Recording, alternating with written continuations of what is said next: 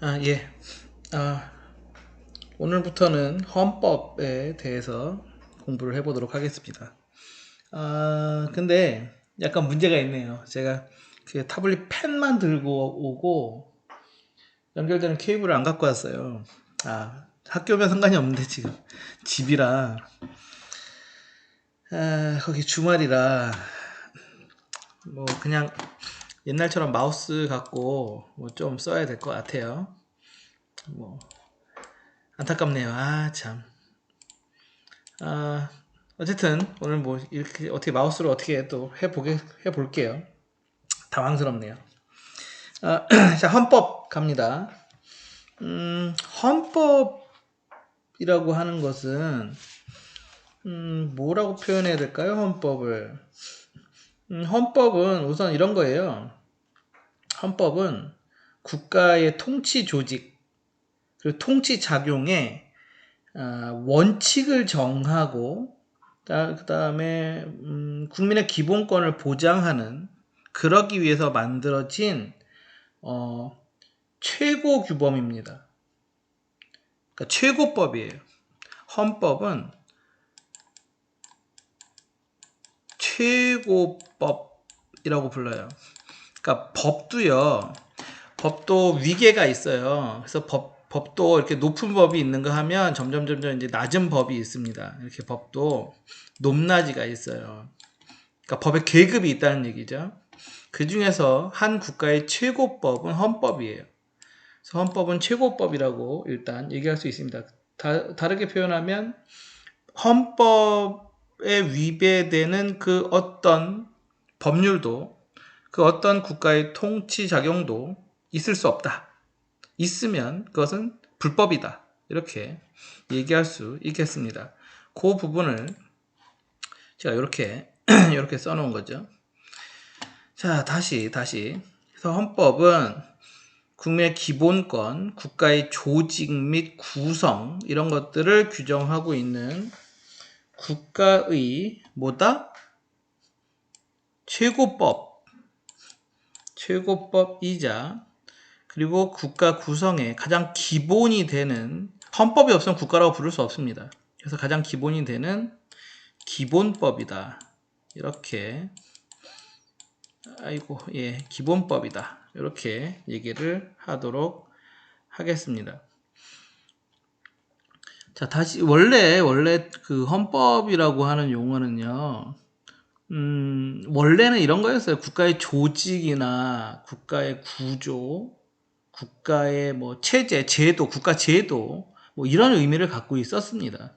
그런데 이제 그런 것들이 이렇게 법률로서 체계화되면서 이제 최고법인 헌법의 어떤 규범으로서 위치를 갖게 되었다. 뭐 이렇게 얘기를 이해를 하시면 될 것 같아요. 그 얘기는 잠시 후에 여기 헌법 의미의 변화에서 얘기를 좀 해보도록 하죠.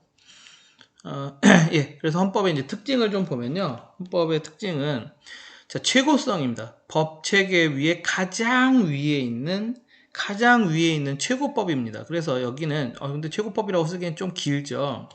그래서 여기는 이제 규범으로서의 얘기를 하기 때문에 가장 높은, 펜이 없으니까 진짜 힘드네요. 최고 규범성을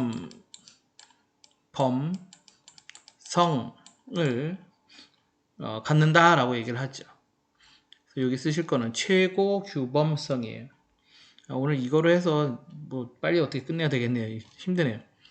최고 규범성이라고 부릅니다. 그리고 헌법은 다른 법률에 비해서 되게 추상적이고 오타가 있네요. 이란이 아니라 이상적인, 못합니다. 이란 아니고요. 이상적인, 되게 이상적인 이런 내용을 담고 있습니다. 그러니까 헌법은요, 다른 규범들은, 그러니까 다른 법률들은 구체적이에요. 그러니까 구체적이지 않으면, 법률이라고 하는 게 구체적이지 않으면 이렇게 해석을 이렇게도 할 수 있고 저렇게도 할 수 있잖아요. 그러면 그 법률이 악용될 가능성이 크거든요.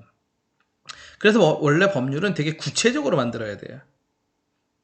물론 구체적으로 만드는 것 때문에 어떤 그 문제가, 또 다른 문제가 발생하기도 하지만, 그럼에도 불구하고, 법률은 최대한 구체적으로 만들어야 그것이 악용돼서 국민의 권리와 그 자유를 침해하는 것을 막을 수 있거든요. 그런데 헌법은 그렇지 않아요. 헌법은 굉장히 추상적인 내용입니다. 그러니까 헌법에 써 있는 것들을 아주 구체적으로 세세하게 쓸 수가 없어요. 그럼 헌법이 필요가 없죠. 그러니까 헌법은 일종의 법률 체계 안에서는 뭐라고 표현해야 될까요? 그냥 법률 체계 안에 도덕 체계예요. 법률 체계 안에서의 도덕 체계. 법률 체계 안에서의 규범성. 말이 좀 어렵죠. 표현이 좀 그렇네요. 아무튼 그래서 헌법은 되게 정의로운 내용들, 물론 안 그런 나라도 있습니다만은, 안 그런 나라도 사실은 헌법의 그 해석을 좀 이상하게 하는 거지. 헌법에 써 있는 말은 다 이렇게 되게 이상적인 내용들로 되어 있어요. 그래서 좀 추상적이고 애매하고 좀 더 이상적인 표현들로 해서 다른 법률들은 헌법의 정신에 기대는 겁니다. 이렇게 설명, 아직은 잘 모르겠죠. 나중에 좀 더 법률 체계를 이제 저랑 같이 공부를 해나가면, 이게 그런 뜻이구나, 라고 알게 되시게 될 겁니다. 아무튼 그래서 다른 법률에 비해서 헌법은 굉장히 추상적인 내용들로 되어 있다. 그리고 굉장히 이상적인 내용을 담고 있다. 이렇게 보시면 되겠습니다. 자, 그 다음에 이제 헌법 의미의 변화로 가보도록 하죠. 자, 헌법의 의미는 아까 제가 한번 잠깐 언급했는데, 원래 헌법이라는 게 뭐였다? 원래는 국가의 조직이나 구조, 뭐 체계, 제도라는 의미를 갖고 있었다. 그런 것을 국가를 규정하는 어떤 제도라는 의미를 갖고 있었다라는 거죠. 그래서 헌법의 원래 의미는 이런 거죠. 좀 전에 얘기한 것처럼 국가 통치기관의 조직, 그 다음에 국가 통치기관을 어떻게 조직하고 어떻게 구성할 것이며, 통치기관의 권한은 뭐가 있고, 또 통치기관과 통치기관, 서로 다른 통치기관 상호 간의 관계는 어떻게 할 것인가 라고 하는 것을 규정하는 뭐였다? 원래는 조직이었다. 국가의 조직, 구조, 계속 그 얘기를 하잖아요. 그래서 국가 조직법이었다. 이게 고유한 헌법이었습니다. 그런데 이제 근대로 오게 되면 우리 근대 사회를 언제부터 근대 사회라고 한다 그랬어요? 절대왕정에서 근대로 넘어오는 그 계기. 항상 하는 얘기 뭐죠? 시민혁명. 그죠? 자, 시민혁명이 근대로 넘어오는 이제 그 중간다리 그 계기가 되죠. 자, 이 시민혁명의 정신을 생각해 볼 필요가 있는 거죠. 국가의 지나친, 그리고 우리 이 시민혁명을 뭐라 했죠? 저항권이라 했잖아요. 그럼 저항권은 왜 발동되죠? 우리의 권리를, 우리가 갖고 있는 자연권을 일정 부분 쪼개서 정부를 구성하고, 그걸 국가라고 보면 되죠. 국가를 구성하고, 너에게 이만큼의 힘을 줄 테니, 너는 우리 사회에, 그러니까 우리 개인이 갖고 있는 자유와 권리를, 그리고 우리의 안전을 보호해라 라고 정부를 구성했는데, 이게 사회계약론이죠.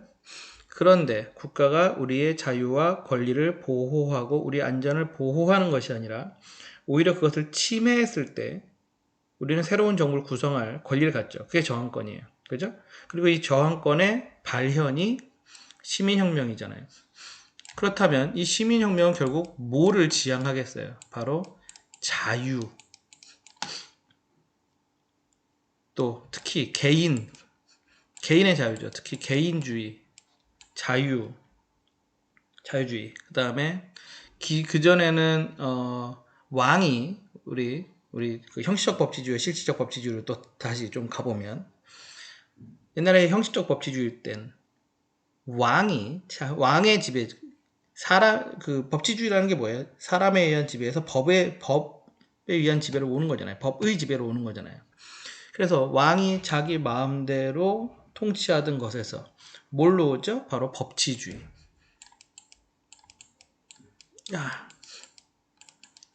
예, 이런 거로 오는 거죠.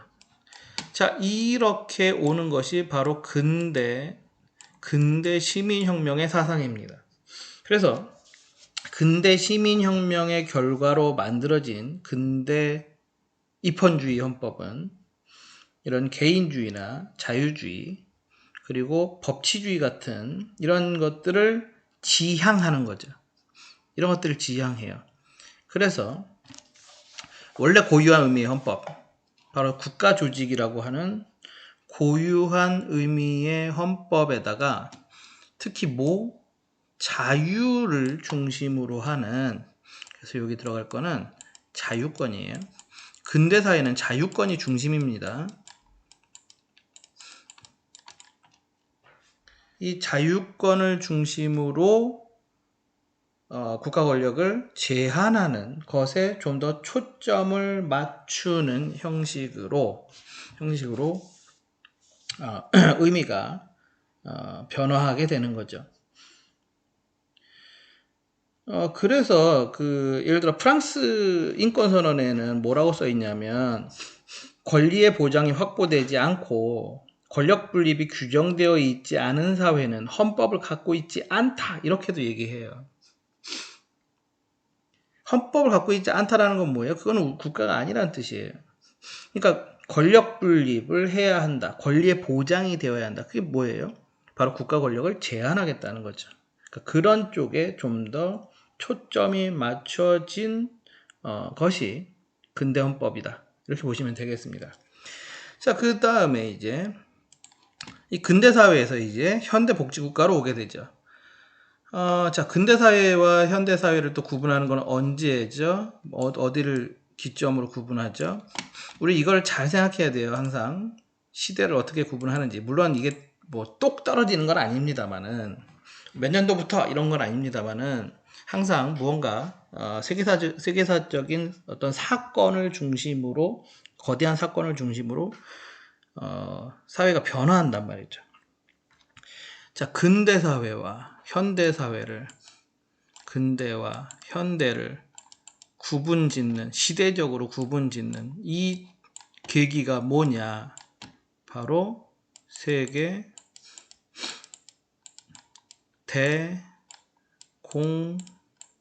대공황입니다. 이 세계 대공황을 계기로 자유권에 굉장히 초점을 맞추고 있던 이 근대 사회에서 자유권도 어느 정도 제한할 수 있다라는 현대 사회로 넘어오게 되는 거예요.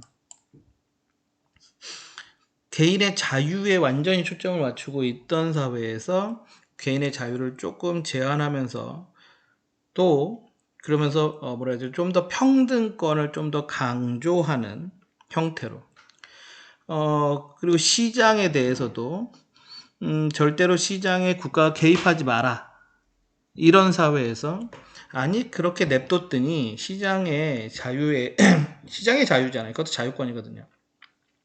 시장에 그대로 그냥 맡겨만 뒀더니 독과점의 문제라든지 심각한 빈부격차의 문제라든지 어떤 환경오염이라든지 뭐 등등의 기타 여러 사회 문제가 너무 많이 발생하더라. 우린 그런 것들을 한마디로 시장 실패라고 부를 수 있어요. 이 시장 실패로 인해서 너무 큰 문제가 발생하더라. 그러면 어떻게 해야 되지? 시장에 정부가 개입하자. 이렇게 넘어오게 된 게 현대사회란 말이에요.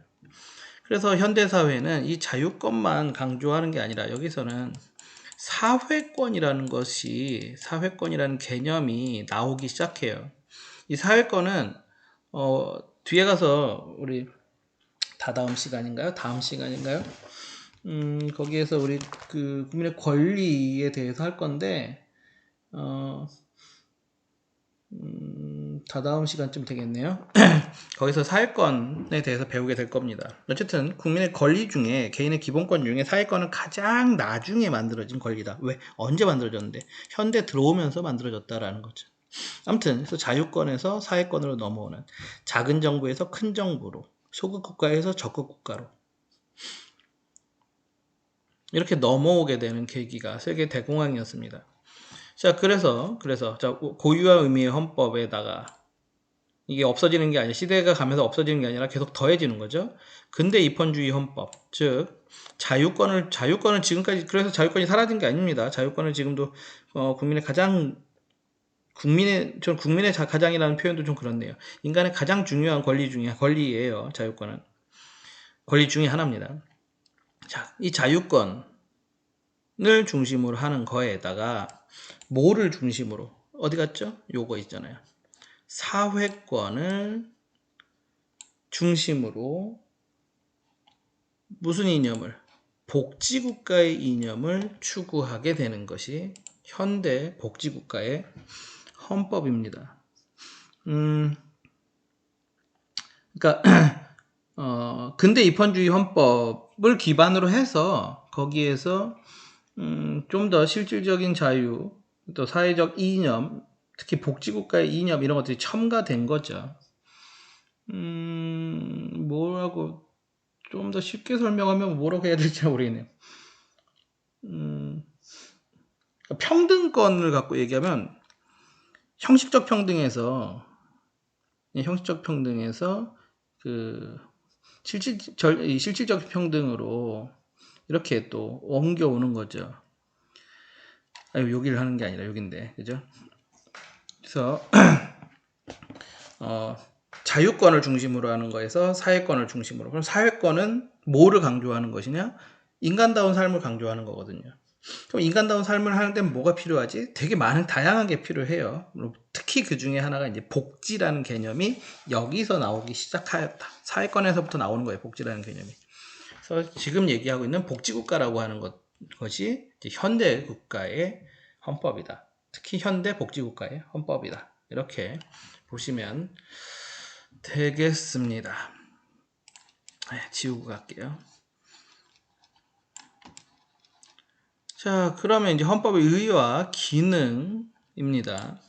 어느새 또 17분이네요. 자, 헌법의 의의와 기능 조금 얘기를 해 보도록 하죠. 이 부분이 좀 애매모호한데요. 예. 헌법의 의의는 우선 국가의 창설이에요. 아까 제가 뭐라 했죠? 헌법이 없는 것은 뭐다? 국가가 아니다라고 제가 얘기했잖아요. 헌법이 있어야 국가예요. 그러니까 헌법의 원래 처음 내용이 뭐예요? 국가 조직법이잖아요. 그러니까 국가를 조직하는 그것이 결국 국가의 창설인 거예요. 헌법을 만드는 게 국가의 창설입니다. 국가의 조직을 만드는 거니까. 그래서 국가를 맨 처음 만들어지는 게 헌법이에요. 국가의 창설이라고 하는 의미를 갖고 있는 거죠. 자, 그 다음에 정치 생활을 주도한다라고 해놨죠. 물론 정치라는 것이 이제 다양한 의미를 갖고 있습니다만은, 어쨌든 전통적 의미에서의 정치를 본다면 국가 권력이 행사되고 되는 것들인데 그것이 다 어디 안에서 존재한다? 헌법의 틀 안에서 존재한다라는 거죠. 제가 계속 그 얘기를 했죠. 헌법이 그러니까 어떠한 법률도 헌법을 넘어설 수는 없다. 그리고 어떠한 국가의 통치작용도 헌법을 넘어설 수 없다. 헌법에 어긋날 수 없다. 그 부분이거든요. 그래서 우리가 하고 있는 사실은 그것뿐만이 아니고요. 우리의 모든 삶은 그 국가의 헌법에서 벗어나질 못해요. 그것도 내가 그냥 자유롭게 사는 것 같죠? 아니에요. 그것도 다 헌법이라고 하는 틀 안에서 우리가 움직이고 있습니다. 왜냐하면 헌법에서 벗어나게 되는 건 아예 거의 법률을 벗어나는 거기 때문에 당연히 뭐가 될까요? 국가의 강제력에 의해서 제한을 받게 되는 거죠. 그러니까 정치 생활뿐만이 아니라 모든 생활을 주도하고 있다라고 보셔도 상관없습니다. 자, 그리고 이제 사회 통합을 실현한다라고 얘기를 하는데요. 다원화된 이익을 조정해서, 그러니까 사회의 다원화된 이익을 조정해서 사회 통합을 실현한다라는 거고요. 그래서 사회 통합을 실현해서 다원화된 이익을 조정하는 게 아니라 사회의 다원화된 이익을 조정함으로써 사회 통합이 실현되는 거죠. 그러면 사회의 다원화된 이익이 어떻게 헌법이 도대체 어떻게 이걸 조정하느냐? 자, 헌법은 자유와 평등, 자유권과 평등권, 그리고 또 그러니까 헌법이 국민의 자유와 권리에 대해서 또 의무에 대해서 쭉 규정하고 있단 말이죠. 헌법이. 그 안에서 서로 다른 어떤 권리의 충돌이라든지 또는 다른 사람과 어떤 사람과 사람 사이의 권리의 충돌, 어떤 기관과 기관 사이의 권리의 충돌, 이런 것들을 조정해주는 역할을 해요, 헌법이. 그래서 다원화된 이익이 조정될 수 있다라고 하는 거죠. 특히 이제 정치가 또 뭐예요? 정치가 이런 이익을 조정하는 거잖아요. 정치가 뭐죠? 갑자기 생각이 안 나네요. 정치가 뭐죠? 사회의 사회적 희소가치의 배분을 둘러싼 갈등을 권위적으로 해결하는 거잖아요. 결국 뭘 조정해요? 이익을 조정함으로써 어떤 합의를 끌어내는 것이 정치잖아요. 그리고 그런 정치 생활을 주도하는 것이 또 헌법이 되는 거죠. 그래서 사회의 다원화된 여러 이익들을 조정함으로써 사회 통합을 실현하는 것이 정치적 의의입니다. 헌법의 의의. 여긴 그렇게 중요한 부분은 아니니까요. 그 정도 이해하고 가시면 될 것 같고요. 그리고 이제 법적 의의 가보도록 할게요. 여기까지 오늘 이 법적 의의의 기능까지만 하도록 하겠습니다. 법적 의의로서는 사실은 더 많아요. 지금 요렇게 요 사는 사실 그닥 그렇고요. 사는 그냥 제가 써놓은 거고요. 보통 요렇게 1, 2, 3 정도를 얘기하는데 사실 이것보다 더 많아요. 대학에서 그 헌법을 공부하면 총 6개까지 얘기해요. 법적 의의와 기능에 대해서. 그래서 여기 있는 것처럼 최고 규범성, 그 다음에 기본권, 보장 규범성, 또 조직 규범성, 여기 있네요. 조직 규범성. 그 다음에 또 나눠놔요. 여기는 여러분들이 지금 고등학교 수준에서 배울 때는 대충 뭉뚱그려서 조직, 수권, 규범 이렇게 얘기하지만 조직 규범성, 수권 규범성, 그 다음에 권력 제한 규범성, 또 자기 보장 규범성, 이런 식으로 훨씬 더 자세하게 나눠 놓습니다. 근데 어쨌든 그것들을 보도록 하죠.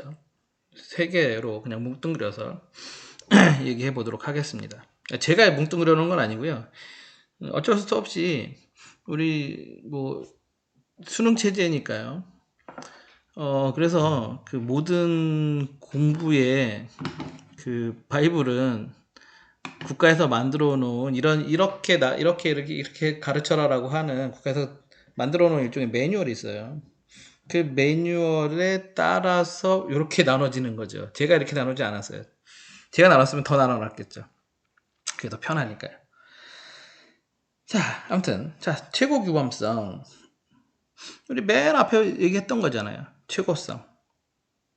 아까 앞에 나왔던 얘기 그대로 다시 나오는 거죠. 헌법의 의의와 헌법의 특징에서 우리 최고성 얘기하면서 뭐라고 얘기했죠? 법체계의 가장 상위에 있는 최고 규범이다. 따라서 모든 법령을 만드는 근거인 동시에 만들어진 그 법률이 과연 정당한 법률인가를 평가하는 기준이 되는 거죠. 왜? 헌법에서 어긋나면 그것은 정당성이 상실되니까요. 그래서 이런 것들을 최고 규범성이라고 부르는 겁니다. 그러니까 다시 얘기하면 헌법은 최고 규범성이기 때문에 모든 하위 법령들을 제정하는 기준이 되는 거고요. 기준이 되는 거고, 그런 법령이 효력을 갖는 것도 헌법에 근거하는 거고요. 만약에 헌법에 어긋나게 되면 효력이 상실되는 거죠. 물론 바로 상실되진 않겠죠. 하지만 우리나라는 위헌법률 심사제 같은 것들이 있기 때문에 위헌 판정이 나면요, 여러분 나중에 이제 뒤에 가면 헌법재판소에 대해서 배우게 되는데, 헌법재판소에서 위헌 판결이 나면요, 그 즉시 그 법률의 효력이 정지돼 버려요. 이게 지금 뭐죠? 최고 규범성을 갖고 있기 때문에 그래요. 헌법이 정당성 평가의 기준이 되는 거고요. 이해하시겠죠? 자, 그 다음 조직수권규범이라고 하는 게 있습니다. 그러니까 조직규범성과 수권규범성을 합쳐서 지금 얘기하는 건데요. 우리 헌법의 고유의 의미 있잖아요. 국가조직법이잖아요. 헌법의 고유의 의미를 보면, 자, 모든 국가는 헌법이 규정한 그 통치에 대한 헌법이 만들어 놓은 기본 구조에 의해서, 통치에 의한 기본 구조에 의해서 조직되거나 작동한다는 거죠. 그게 조직 규범성이고요. 그 다음에 수권 규범성은 뭐냐면, 모든 국가기관은 헌법이 위임한 권한만을 행사한다는 거죠. 행사하여야 한다라는 겁니다. 이 헌법이 위임한 권한을 넘어서는 권력 행사는 인정되지 않아요. 그러니까 여기 뭐라고 해놨죠? 위헌적인 법률, 헌법을 위반한 법률이나 헌법이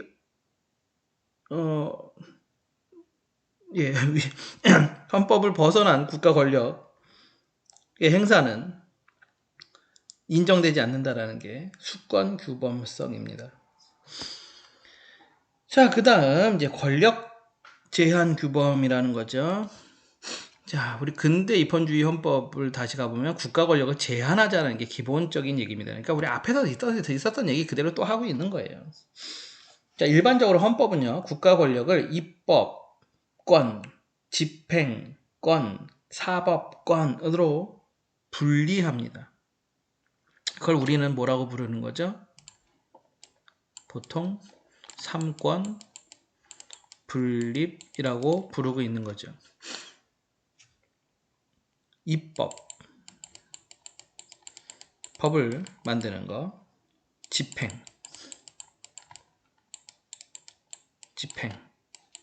이거 행정이에요. 이게 행정이에요. 행정. 법을 집행하는 게. 그 다음에 뭐죠? 사법. 이게 재판권입니다. 보통 우리가 법을 집행한다 그러니까 그걸 마치 재판처럼 생각하는데 그렇지 않아요. 집행은 행정의 영역입니다. 집행은. 그러니까 우리 이렇게 이 부분 헷갈리실 필요가 없는 게 이런 거예요. 자, 우리가 재판을 받죠. 그건 사법이라고 했어요. 재판을 받아서 만약에 뭐 예를 들어 유죄 판결이 나서 뭐 징역 5년 뭐 이렇게 됐어요. 그럼 어디를 가죠? 교도소를 가겠죠. 교도소는 행정이에요. 그건 사법이 아니라 교도소는 행정 거예요. 근데 또 뭐 있죠? 뭐 경찰이 뭘 해요? 행정입니다. 검찰이 뭐 해요? 그것도 행정이에요. 사법은 재판권만 얘기하는 거예요. 사법은. 자, 아무튼 다시 얘기하면 이렇게 국가의 권력을 분립함으로써 서로 이렇게 분리하는 이유가 뭐예요? 세 개를. 이 입법부와 행정부와 사법부, 이거 중학교 때부터 맨날 듣던 얘기잖아요. 그죠? 이렇게 분리해서 뭐 할 거예요? 입법부와 사법부와 행정부가 서로 견제와 균형을 이루고자 하는 거죠. 이 견제와 균형을 해서 뭐 할 거예요? 국민의 자유와 권리를 지킬 거예요. 보장할 거예요.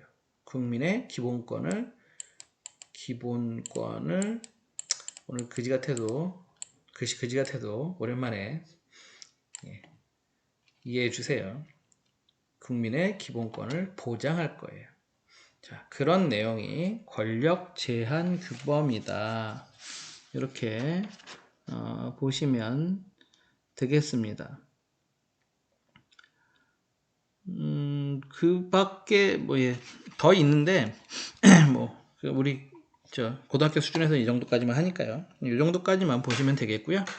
자, 그다음에 제가 이제 마지막으로 민주주의는 입헌주의를 기반으로 한다라고 제가 해놨죠. 아까 맨 처음 했던 얘기잖아요. 헌법이 없는 여기 제가 아까 한번 읽어드렸잖아요.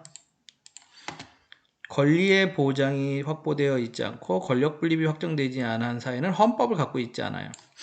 권리의 보장, 권력 분립 이게 없는 사회는 헌법을 갖고 있지 않아. 그 다음에 헌법을 갖고 있지 않은 사회는 뭐라 했죠? 국가가 아니다 라는 거죠. 이게 있어야 국민의, 그러니까 또 이게 거꾸로 가면 뭐죠? 헌법을 갖고 있어야 헌법이 있고 이 헌법에 의해서 권력이 분립되어야 뭐가 된다? 권리가 보장된다라고 이렇게 가는 거죠. 이렇게.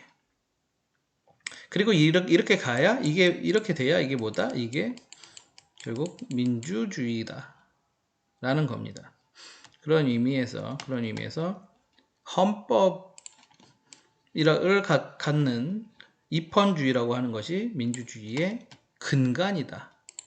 이렇게 이해하시면 되겠습니다. 좀